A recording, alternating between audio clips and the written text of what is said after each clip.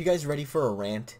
We really have to talk about the liberal conduct on Twitter and just in general in the last couple months. I made a video a little while ago where I talked about how the Liberal Party's general strategy in 2019 is going to be to hold progressives hostage. But as the SNC scandal got worse and worse and worse, and as it was intertwined with a general perception that perhaps Justin Trudeau's feminism isn't as genuine as we thought, and when it's combined now with this Grassy Narrows fiasco where Justin Trudeau, is seen mocking, a protester, talking about people being poisoned by mercury for generations, and all he can say with his liberal elite donors chortling in the background is, "Thanks for your donation," with just the most smug, shameful, arrogant tone.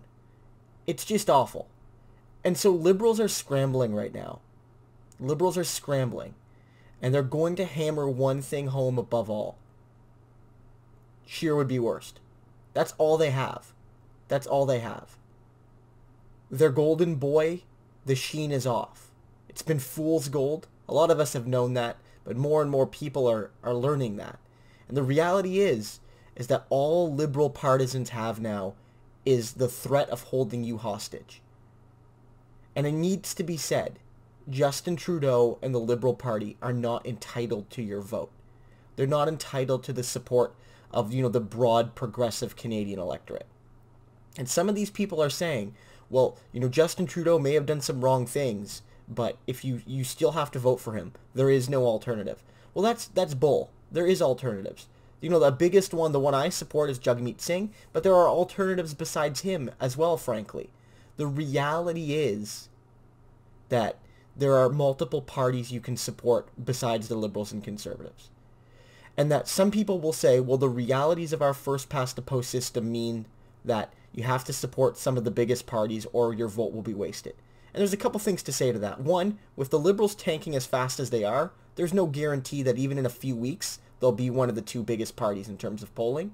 So let's be real about that. And number two, you should not accept the lecturing of any Liberal supporter, because it is their party that lied to Canadians as many as 1,800 times about electoral reform, saying this would be the last first-past-the-post election back in 2015. And they lied to you. So you should not tolerate a party or the partisans of that party using the system that they once acknowledged as broken as the threat, as the bludgeon against you. It's unacceptable. If the Conservatives in 2019, or when eventually, because it will happen eventually, the odds are there, that the Conservatives win absolute power with 38 or 39 or 40, maybe even less, % of the vote, you can blame two groups for that, and two groups only. One, the people who voted for the Conservatives, of course. But two, the Liberal Party. The Liberal Party who broke its promise, who would have rather had a system that gives every once in a while absolute power to radical right-wing voices.